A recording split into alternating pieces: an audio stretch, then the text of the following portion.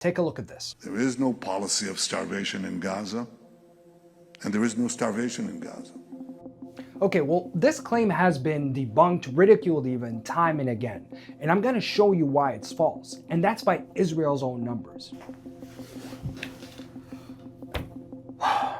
So, back in 2012, an Israeli court forced the government to release an internal 2008 document from Kogat, which is an Israeli military agency that deals with administrative affairs in occupied Palestine. Now, why is that document significant? Well, it revealed that years ago, the Israeli government had come up with a set of calculations, a calorie count, if you will, food restrictions, to keep Palestinians in Gaza from malnutrition during the blockade that it's been imposing on the Strip. The main numbers were these.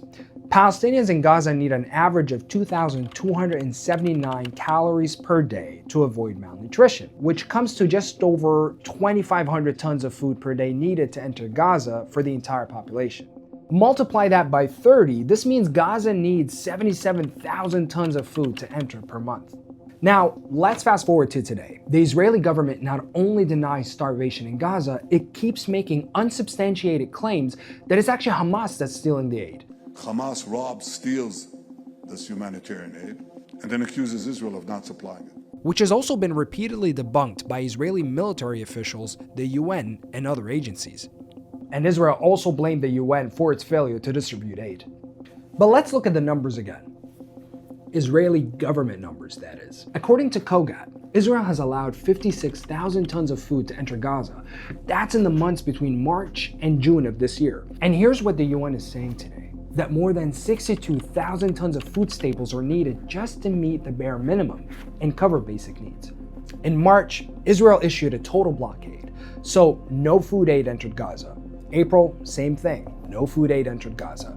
In May, after 11 weeks of a total blockade, Israel says it let in some aid, just over 19,000 tons. And in June, just over 37,000 tons they say they let in.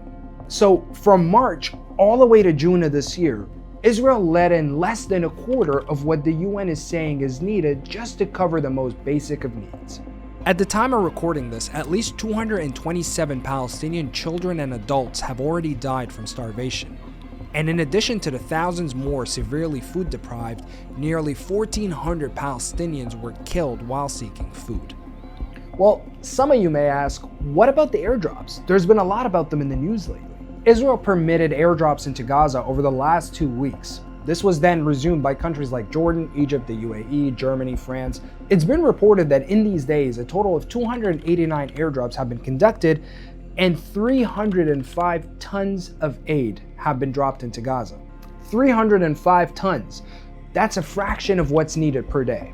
Aid professionals have long criticized these airdrop missions because they're simply inefficient and at many times deadly. Also, they're extremely expensive. Some of these airdrops reach up to a reported $450,000 per trip. The head of UNRWA has said that airdrops cost 100 times more than trucks. Okay, so next time you hear about Israel allowing airdrops over Gaza, ask yourself this. Is this really about ending the famine conditions on the ground, or is it just a cover for the fact that Israel's government is weaponizing aid and creating starvation in Gaza?